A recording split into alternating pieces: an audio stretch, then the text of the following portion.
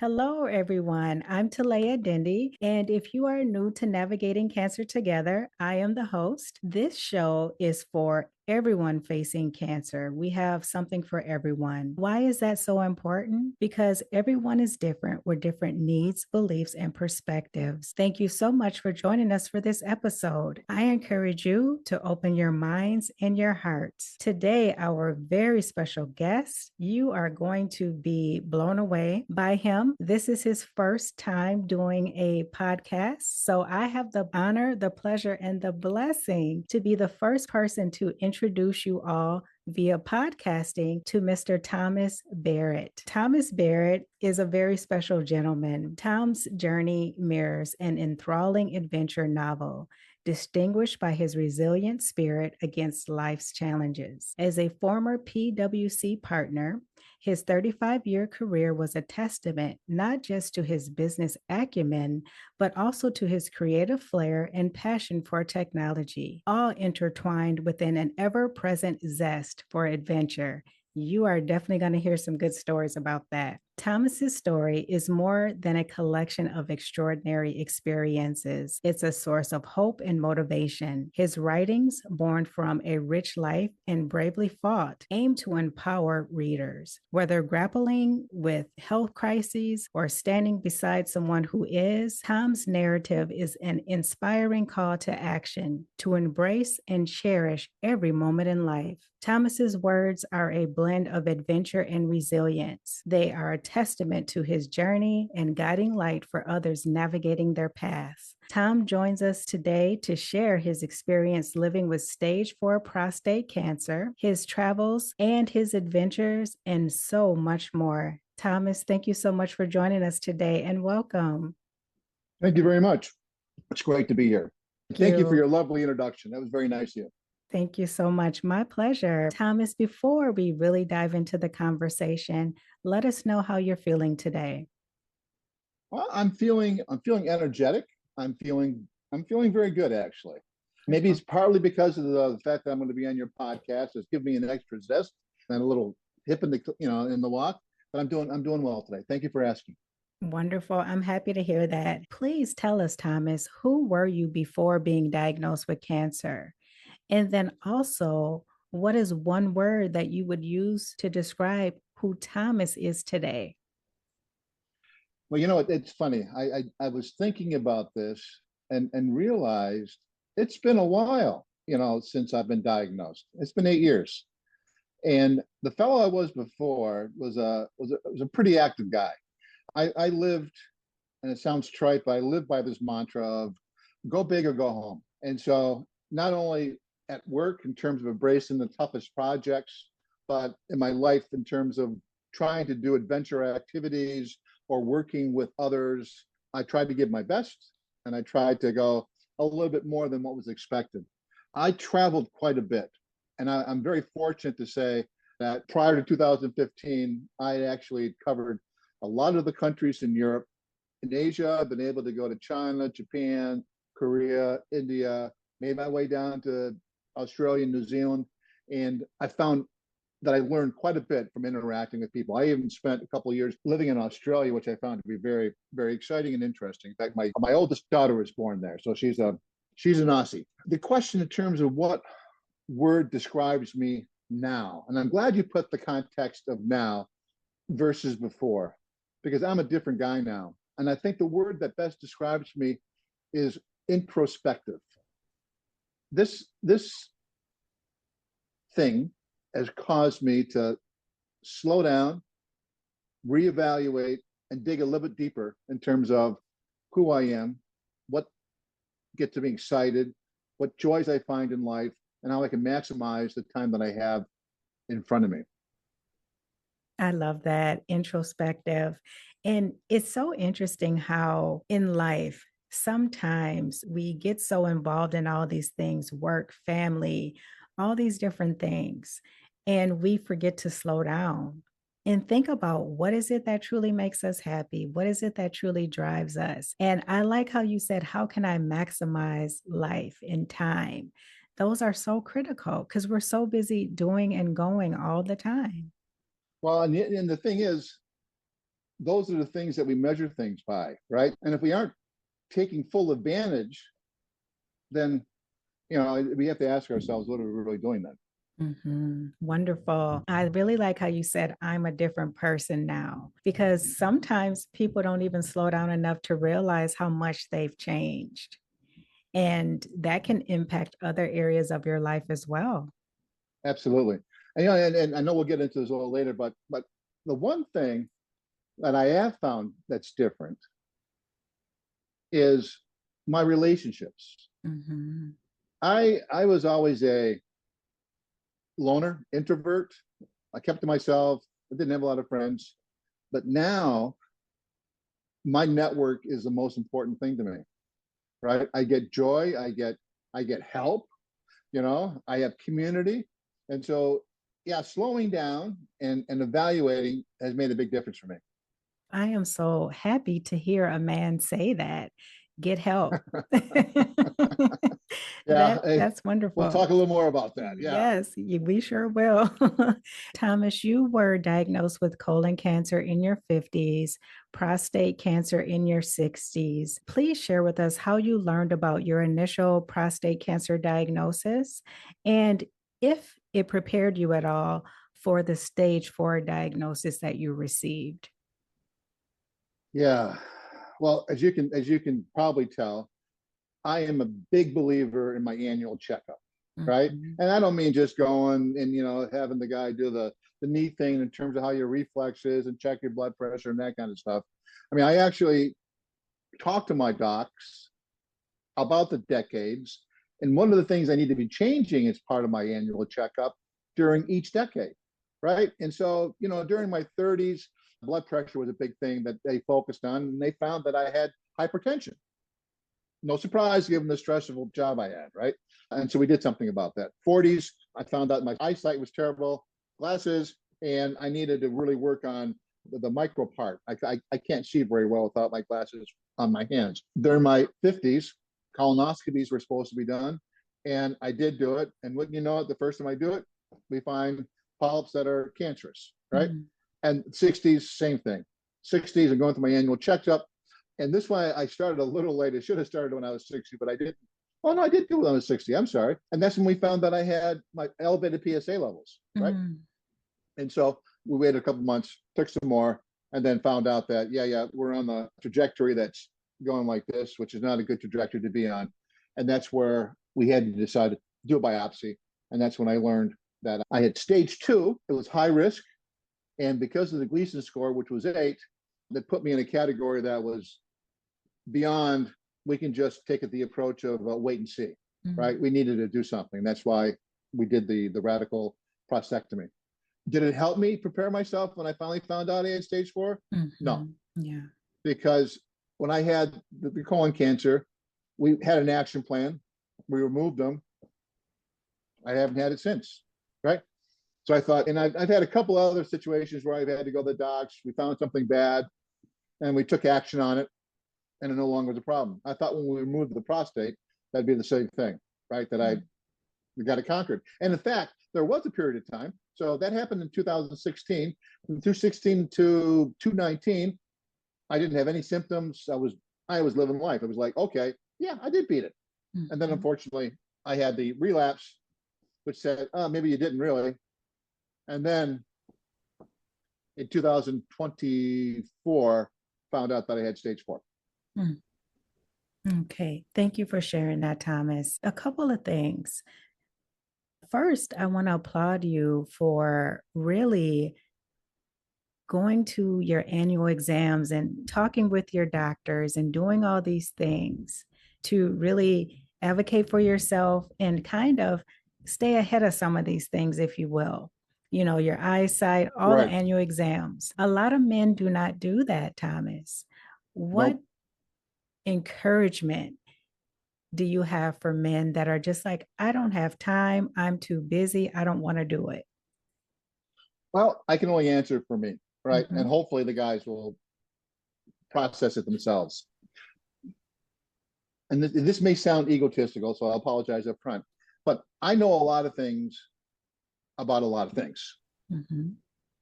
I don't know an awful lot about my body. All right. And so if I got a challenge with plumbing, I'm going to do that before I call a plumber. If I got something to do with this mechanical, I'll try and work on it. So I will take the advantage of, I'm not going to ask anybody for help. I'm going to do it myself. Mm-hmm. But on the health side, I don't have that same attitude because I don't know it, right? I can't even begin to diagnose a situation because normally if you go on the internet, you're way off base in terms of what you actually find out for an answer. Like, I'm not going to waste that time. So I'm going to make certain that I'm going to do the protocols that the doctors recommend. So when you're in your 20s, you're focusing on certain things from 30s and 40s because your body changes and you need to, look at what those implications are on your body, right? So with the Clint Eastwood, it says a man needs to know his weakness. I know mine. So I'm going to rely on the docs. And so, yeah, I mean, what is it? 5 more minutes out of your day? I mean, if you're going to do the annual checkup, which you should do, and you should do it annually, not annually every 10 years, right? I've got 2 brothers who fall in that category, right? and they're approaching my age now, and they're having all kinds of problems, and they don't fully understand why. It's like, really? You don't understand why? If he had just checked out 10 years ago, you would have nipped it in the bud as opposed to having the arthritis, now cramping your hands up. Where you can't, and they're carpenters, and now you can't hammer, you can't work, right? That's a problem. So my advice is know your weakness. Mine happens to be in the area of health, and listen to the docs. At the same time, though, I like your word advocacy.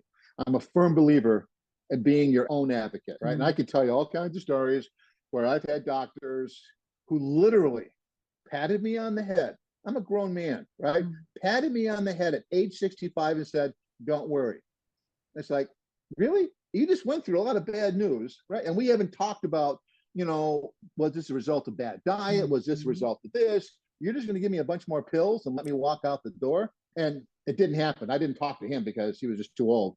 But I went and talked to the head nurse, and I talked to the other doctors. And I said, I'm not leaving here until you guys give me a full explanation as we just spent $100,000 on tests, right? Thank God for insurance.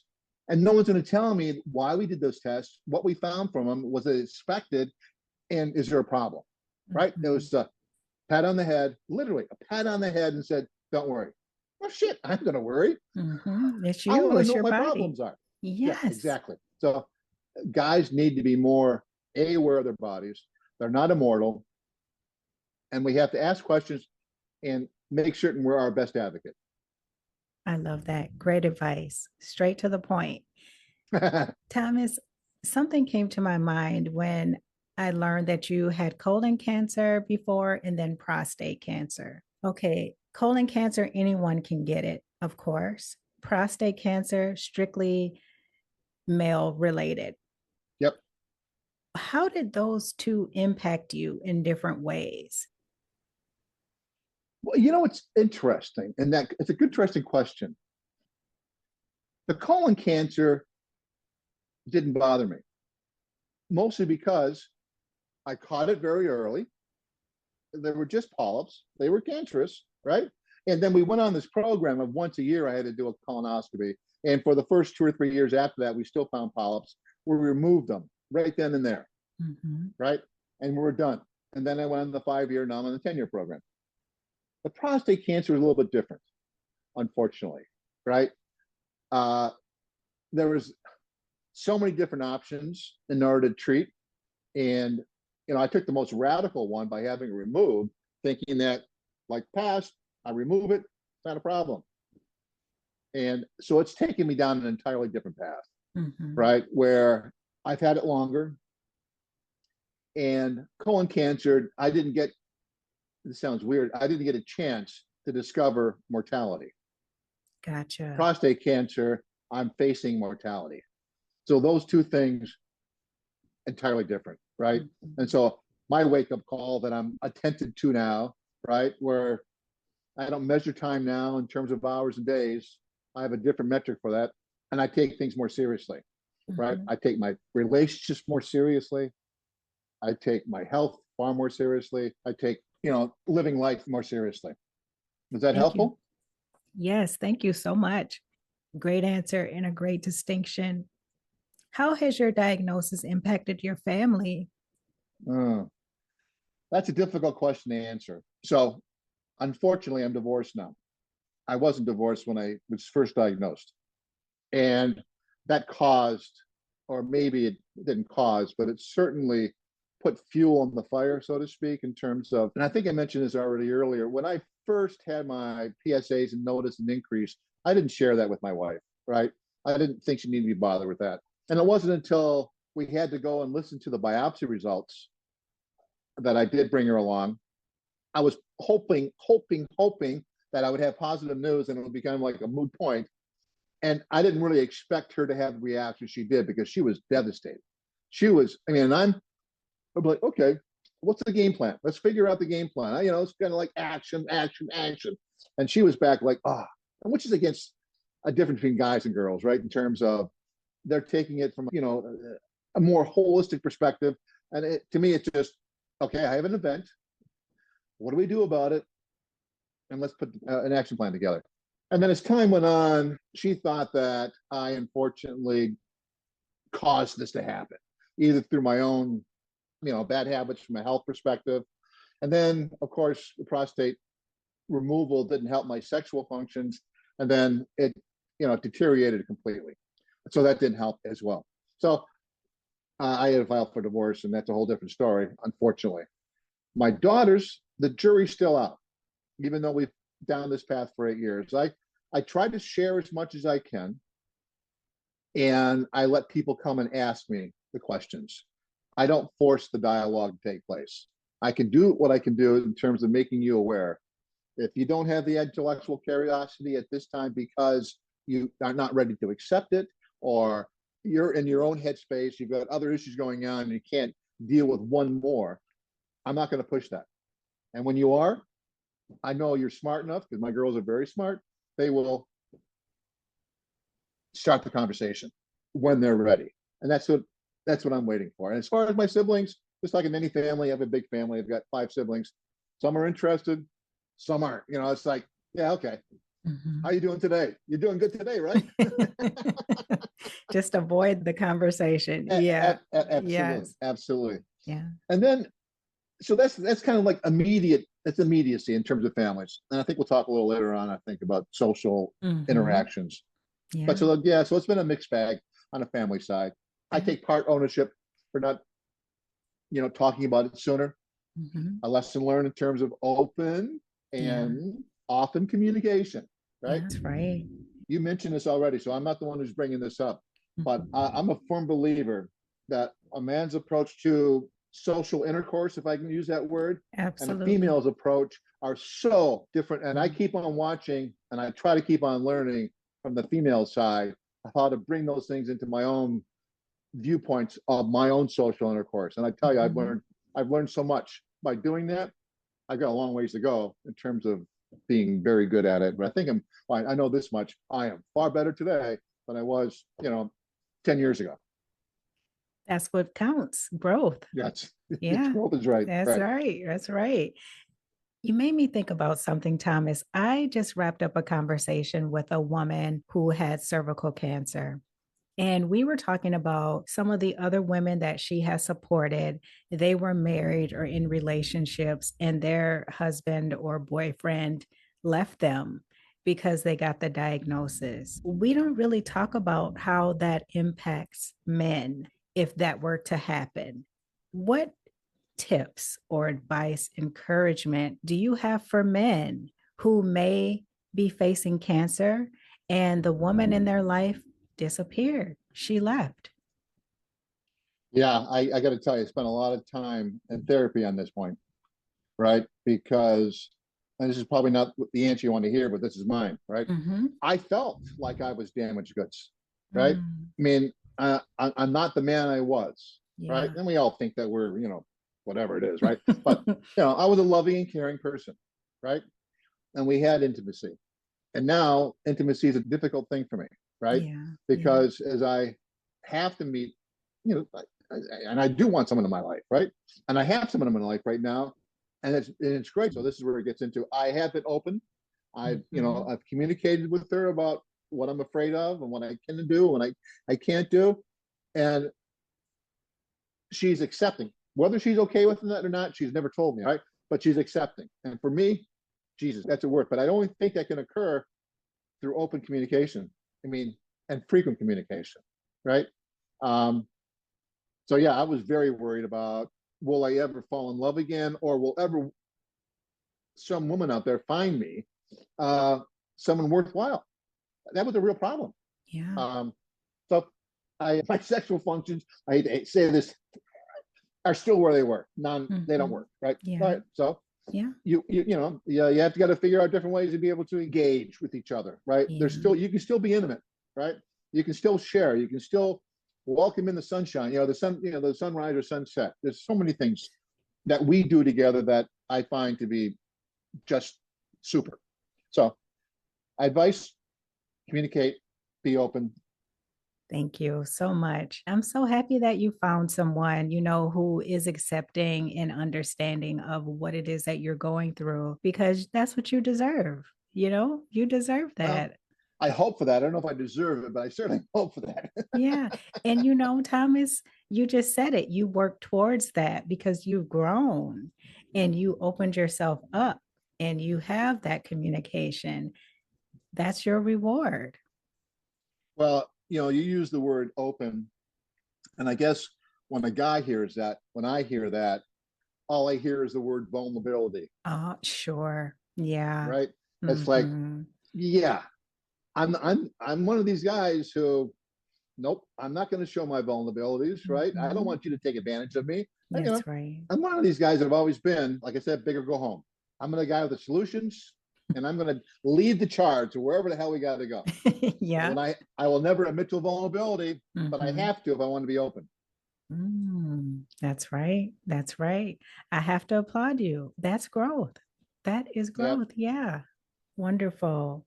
Let's talk about your book now, Thomas. Throughout your book, you share candidly about the setbacks and challenges you've encountered, including heart disease, a hip replacement, traumatic brain injury, divorce, and the loss of loved ones. How have they shaped your approach to living with cancer and maintaining a positive outlook, even in the face of adversity? Well,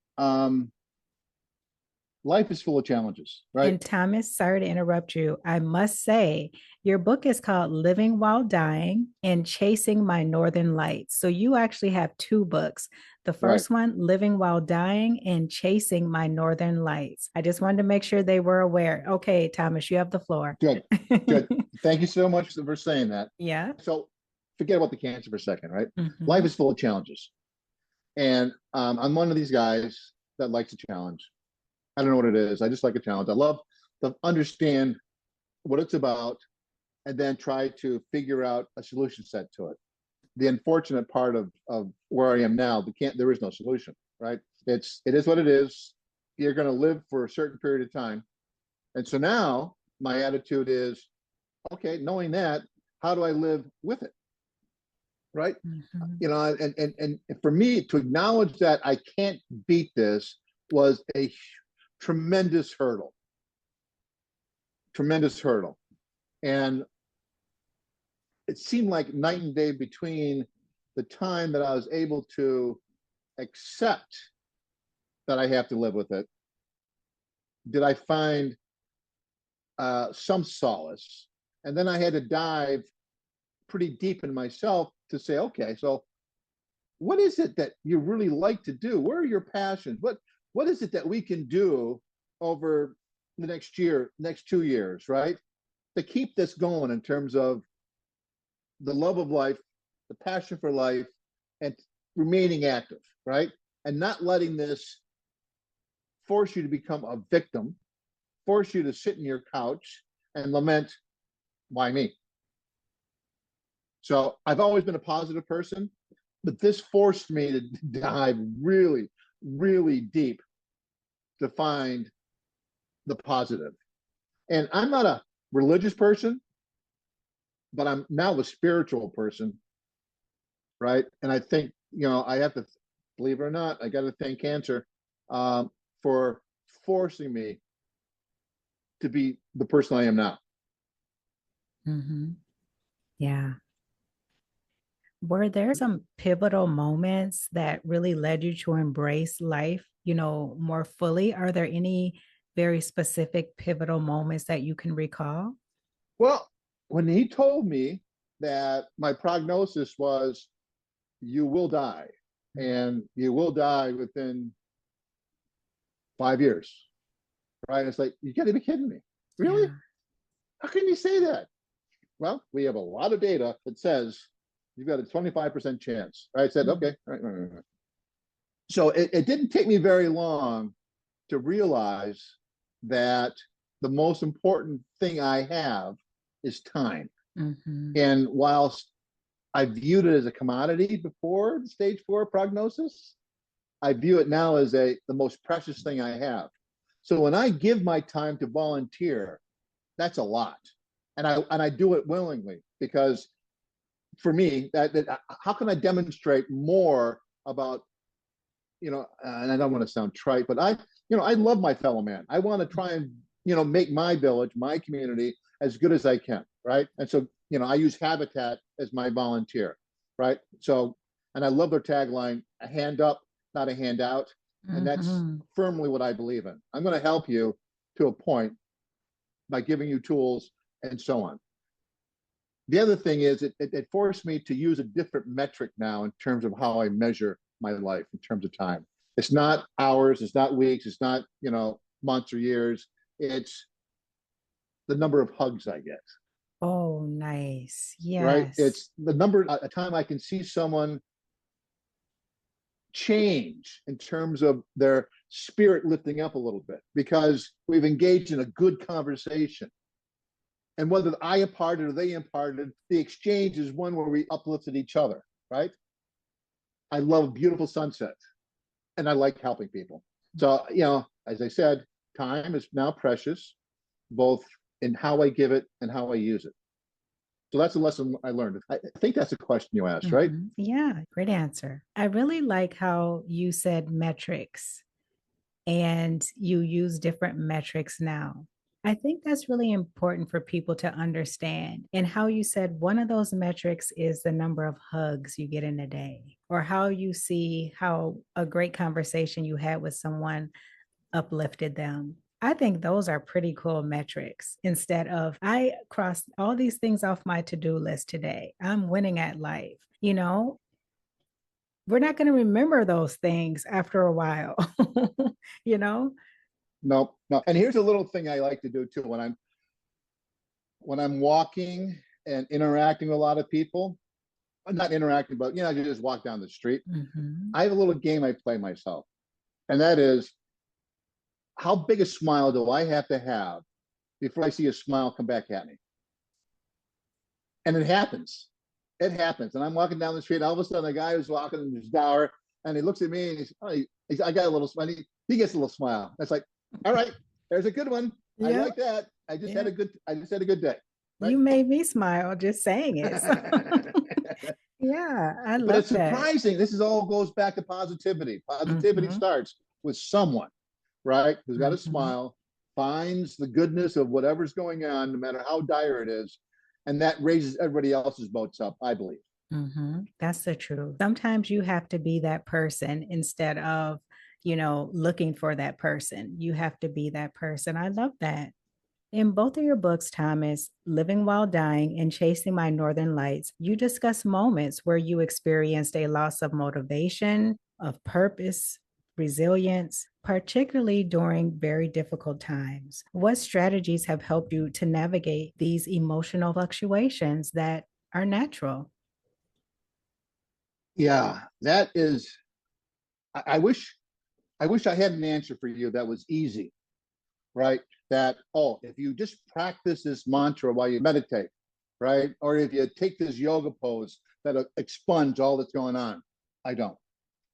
What I can recommend, though, and what has worked for me is, and it's taken me time to do this, is to really understand the triggers of what's causing you to start spiraling down. And for me, it's depression, right? It's fatigue. When I just can't lift my head up because I'm just too damn tired. It's so easy to just stay back in bed. Just so easy to go from the bed to the couch, right? And continue that way. And so I've worked on understanding those triggers and how I feel when I start So I make the connection, trigger feelings, and then through muscle memory, or it's in intellectual memory or whatever, emotional memory, I do this one thing, and I find it helps me. I try to change my lens from being a participant in what I'm doing to being a witness. Mm-hmm. And by doing that, I give myself permission to act objectively. All right. And we all know when you start acting objectively, you'll get better answers than if you're acting from passion or from being personally engaged because you're invested. Therefore, you're gonna protect yourself, right? At the risk of hurting yourself. And so I found that doing that really helps me. So as I stand back, being a witness to what is occurring, I can slow down because I'm not part of this, right? But being a witness for me allows me to stand back.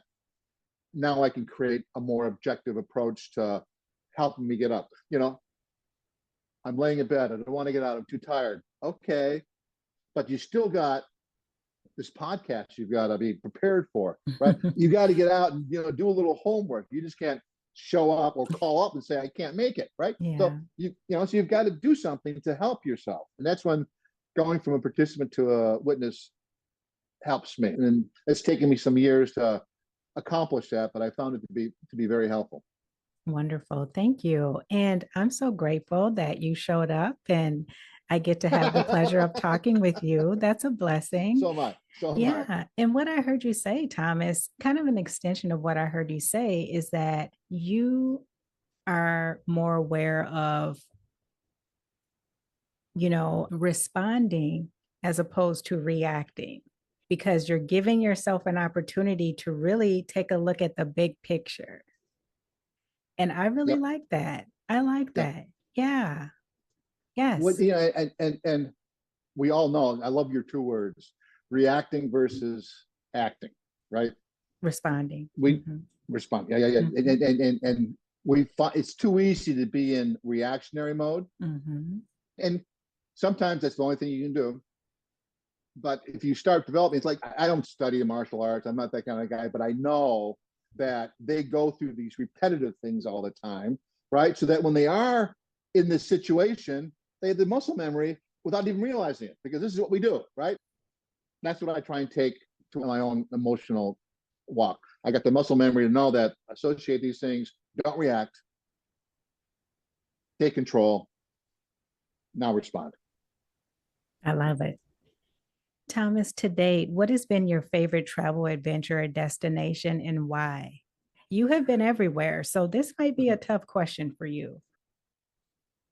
I gave this one some, this is a tough question because I usually respond, it depends. Are we talking about a culinary event? Are we talking about a physical accomplishment? Are we talking about, and so I won't go through all those different ones, but I will say that, and I'm not trying to plug my book, but Chasing My Northern Lights is about my 8-month off-roading where I traversed the United States, Canada, went up to the northern part of Alaska and came back down. And I did it because I had never really immersed myself in situations where I was solo and forced myself in a good way to be isolated in remote parts of the world, right?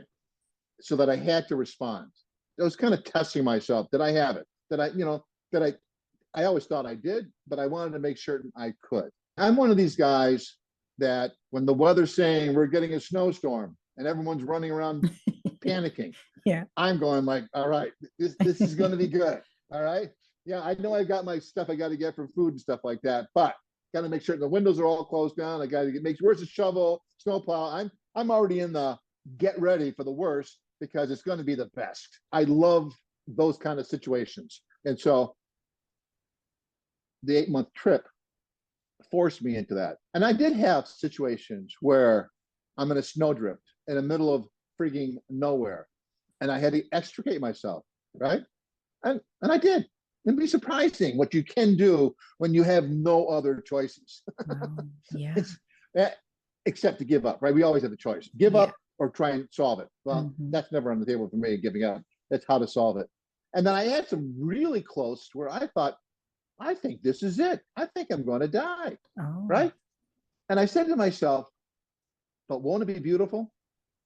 Because I'd rather die this way than on my couch being the victim, or in a hospice with someone care, or a hospital, right? I want to go out being active, living. And that's for me. Not that I want to die. Don't get that wrong. That's not my goal here, right? I'm not positioning myself so I can die. I'm positioning myself so that I can live. And I want to live in a very exciting way. Yeah. So for me, that 8-month journey, I learned a lot about myself. I learned what I can't do. And I also learned that I can do a lot. And so that's why I like that trip. I love that.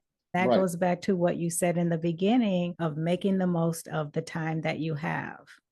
Right. Some people may take that as being, well, Christ's sakes, I'm not an adventure guy, right? I don't have the wherewithal or the money or, to do what you're doing, Tom. Well, an adventure, my definition of adventure is I'm on vacation, something goes wrong, and I gotta remedy it. That means I'm on an adventure now, baby, right? Yeah. Because I've gone away from the humdrum of, we're going to have some pops and, whatever. Now we got a problem. Boom. So you don't have to be climbing Mount Everest. You don't have to be, sailing across the Pacific Ocean to have, quote, this adventure.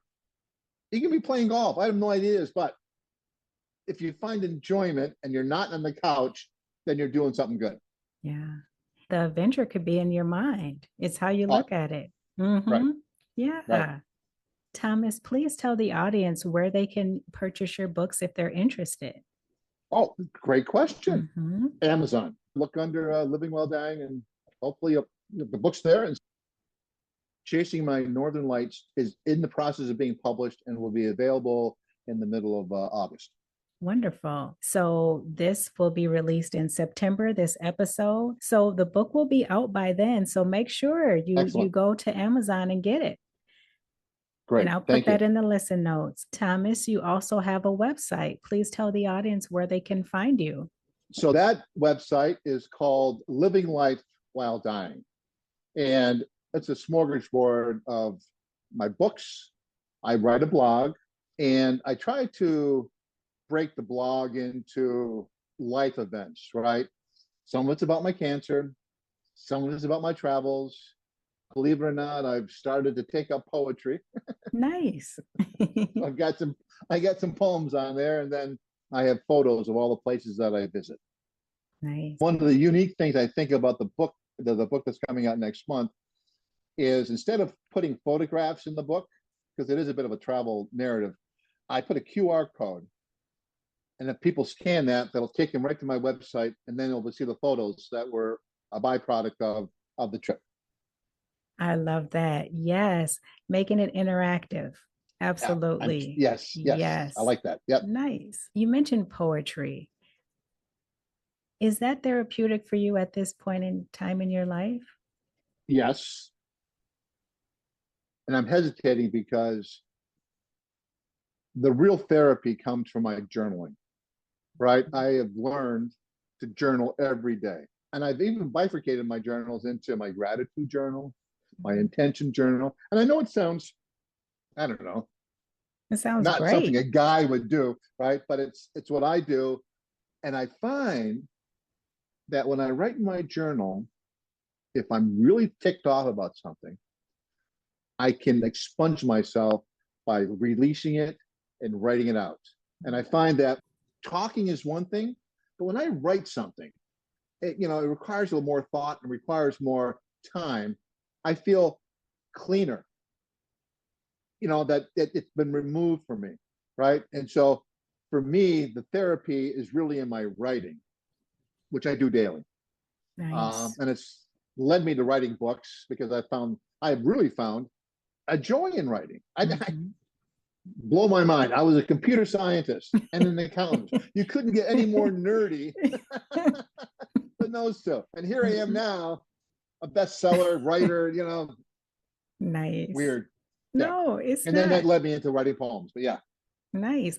I think being an analytical person, and that's kind of what I am, is that I notice when I'm not feeding like the art side or the side where you can just be creative. That's the word I'm looking for, the creative side. And so I think it's just an extension of who you are. And now you have more time. You have the time to really focus on your creative side more, where maybe when you were working, you didn't have as much time. No, and then the writing I did do, you had to be succinct, Yes. right? It's all business reporting and that kind of stuff. So yeah, Mhm. whole different kind. And so Yeah. now the creative side is coming out. And then the other way, I don't think I mentioned this, but the other side is that if I'm not writing, then I'm working in my wood shop building things or repairing things, which I find I find a lot of solace in as well. Nice. And what are some things that you've built? Oh, I build furniture. I build cabinets in terms of I build cabinets. But if you were to ask me to slap some plywood together to make a cheap set of cabinets, I tell you go down to IKEA or to Home Depot and buy it, right?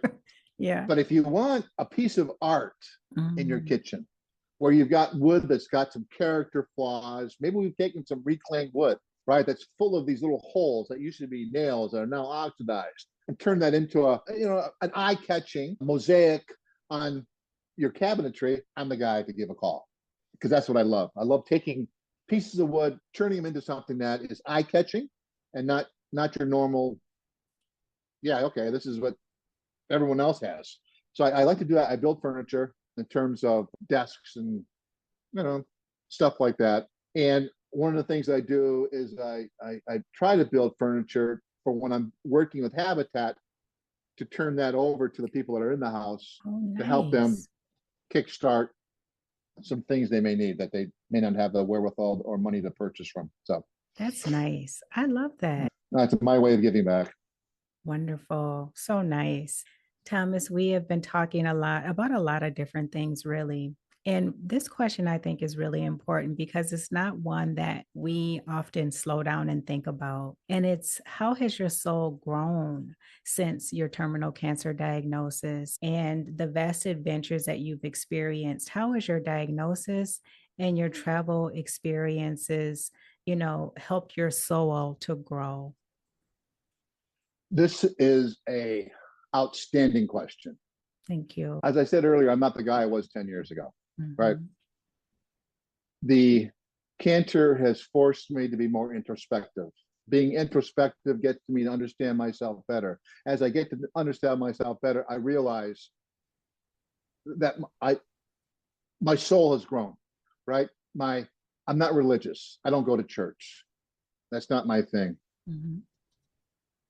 I go outdoors, right? That's my church. Um, I don't go only for the vistas. I don't only go for the activity. I go to see how Mother Nature is doing her thing today. I mean, she was here a lot longer before I was, and she'll be here a lot longer after I go away. And to see how, and if you really look, that there's a lot of order that she's doing. It looks Mhm. like chaos, right? We've got trees falling down, or we've got mudslides, or we've got we think are negative things, but she's just cleaning things up, right? She's just making it a little better for the next series of things that are going to take place. You ever watch a group of ants on their anthill? Mhm. It looks like chaos, It does. but everyone has a job, Yeah. right? And they're off doing their thing, and they're not talking. Right? How do they communicate? I have no idea, but I find that to be fascinating. So my soul has grown because of the time outdoors, because of changing my perspective. It used to be I went outdoors for a week or two, but it was just a place to go to do activities. Mhm. Mhm. And now it's a place where I go to to connect. It's a place I go to see. And I find so much solace and peace. I find peace there. It's hard to articulate what that means, but it all feeds back into my soul is increasing. I'm realizing that I'm connected now in a more stronger way with Mother Earth, and that to me means a lot. I don't know if other people would kind of find solace in that, but I do, and so that's my thing.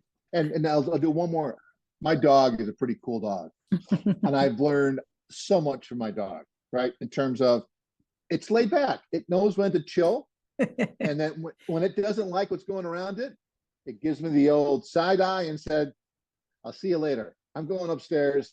When you've calmed down or the people around you have calmed down, I might come back, but I'm not going to be part of this, right? Smart. And I'm not to say that she's always laid back. I mean, if you mention the word food or you mention ride or walk, she's like, okay, she's jumping out and she's very excitable. So I've learned a lot from my dog. Helps me. Nice. I really understand what you're saying about being outside and being in nature.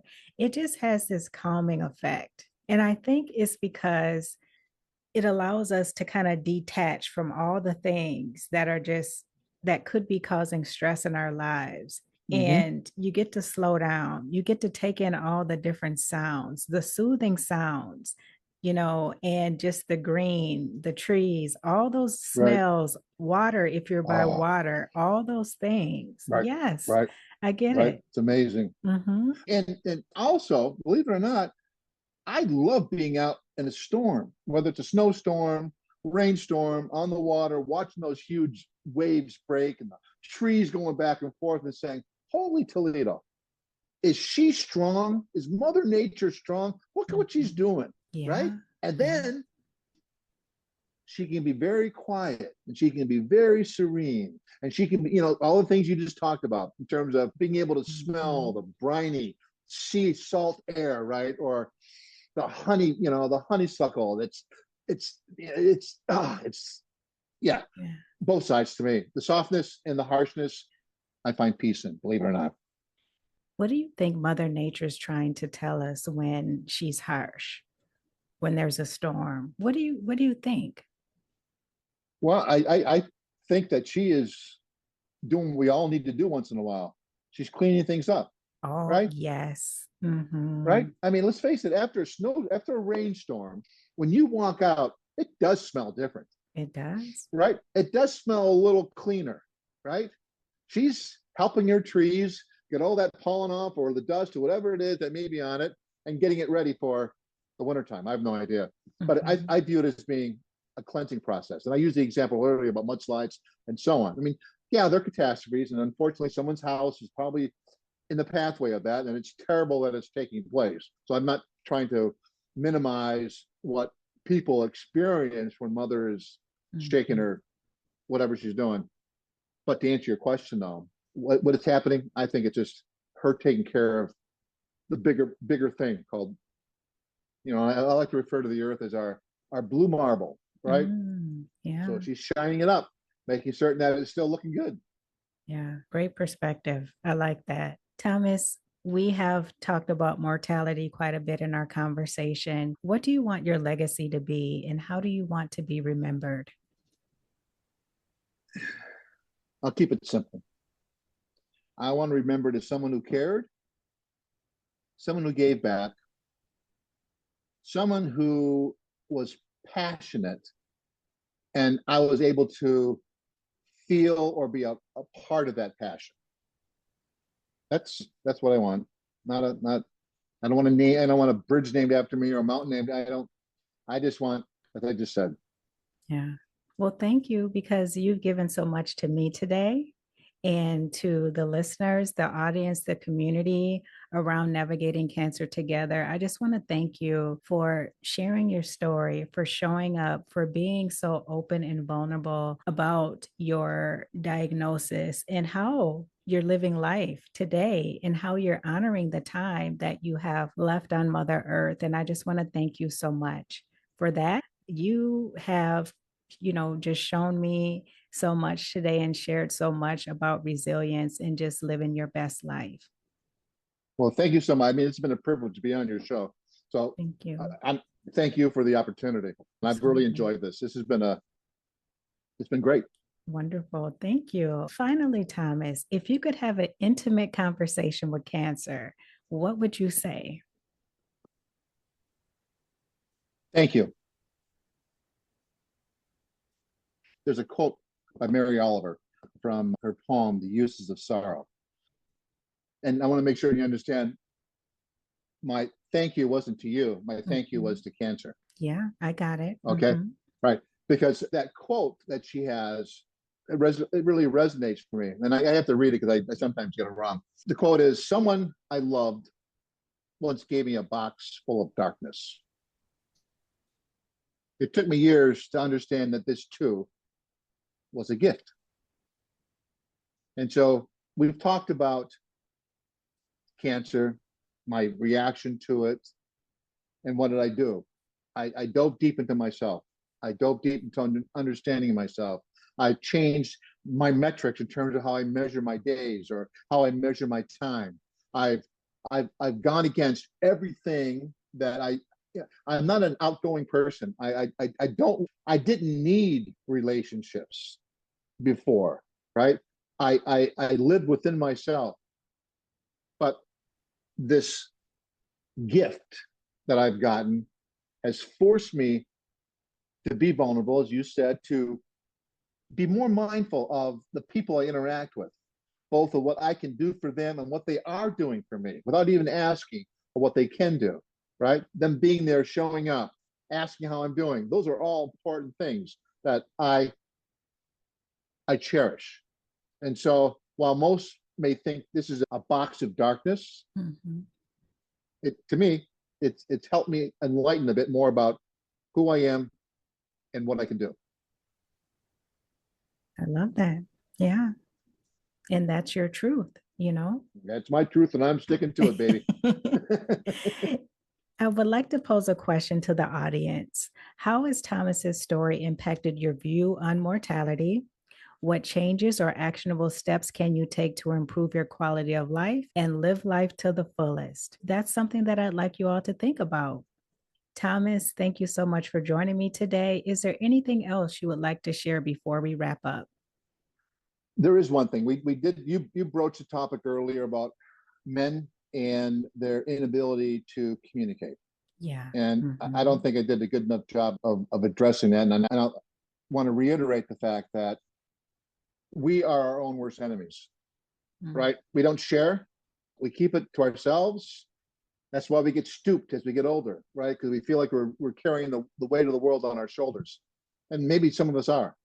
But I have found a guy who was reluctant to share great solace in sharing. The bonds I get from strangers, right? And I share with them, wondering whether or not how it's going to be received. And more times than not, they tell me about their own crosses. They tell me about their own struggles, right? And they start their process of sharing. And the bond that's created in that moment is lasting. And I can't tell you how many times I've been in a situation where I'm struggling to hike up a trail and there's a hand right there to help me. It's like, where did that come from? Oh, that's Nick. I just spoke to Nick. We just shared something about 10 minutes ago. And he's now has the wherewithal to, hey, we're in this together, right? I'm going to give you a hand because I know a little later you're going to give me a hand. And that changes things. That changes things. When you know that you're not in this alone, that changes things. And it changes it for the better. So my last words are, guys, share. You're not less of a man. You're more of a man, because by sharing means you have strength in being comfortable with yourself, knowing that when I do this, I'm not emasculating. I'm not becoming less of a man. I'm becoming more of one. That's my last point I wanted. I'm sorry, I didn't make it earlier. Thanks. No, that's okay. And it's an important point to make and to make sure people hear and understand, because I think that taking the approach and taking the advice that you've given can actually help save the lives of more men. So Yes. thank you for sharing that. Thank you. You're welcome. Well, Thomas, that is a great way to wrap up our conversation today. Again, thank you so much. This has been such a wonderful conversation, and I wish you all the best. I look forward to seeing more of your travels, and thanks for being here with me today. Thank you. Thank you. My pleasure. I would like to give a shout out to the listeners. Thank you so much for joining us. Please share, follow, or subscribe so that you can easily find this podcast and listen again. You can listen to Navigating Cancer Together on Amazon Music, Apple Podcast, or wherever you get your podcast. If you or someone you love has been diagnosed with cancer, please get your free guided meditation. The guided meditation will help you to work through anxiety, stress, anger, all the different emotions that you experience when you receive news like that. You can get your free guided meditation at ontheotherside.life/guided meditation. That is it for this Wednesday. And until next time, let's keep navigating cancer together. Take care. Thanks for listening to this episode of Navigating Cancer Together. I hope you found it helpful. Please be sure to subscribe, share, and tell your friends and family about it. For notes from the show and previous episodes, visit ontheotherside.life and check out the podcast section. I would love it if you join me for the next episode. Talk to you soon.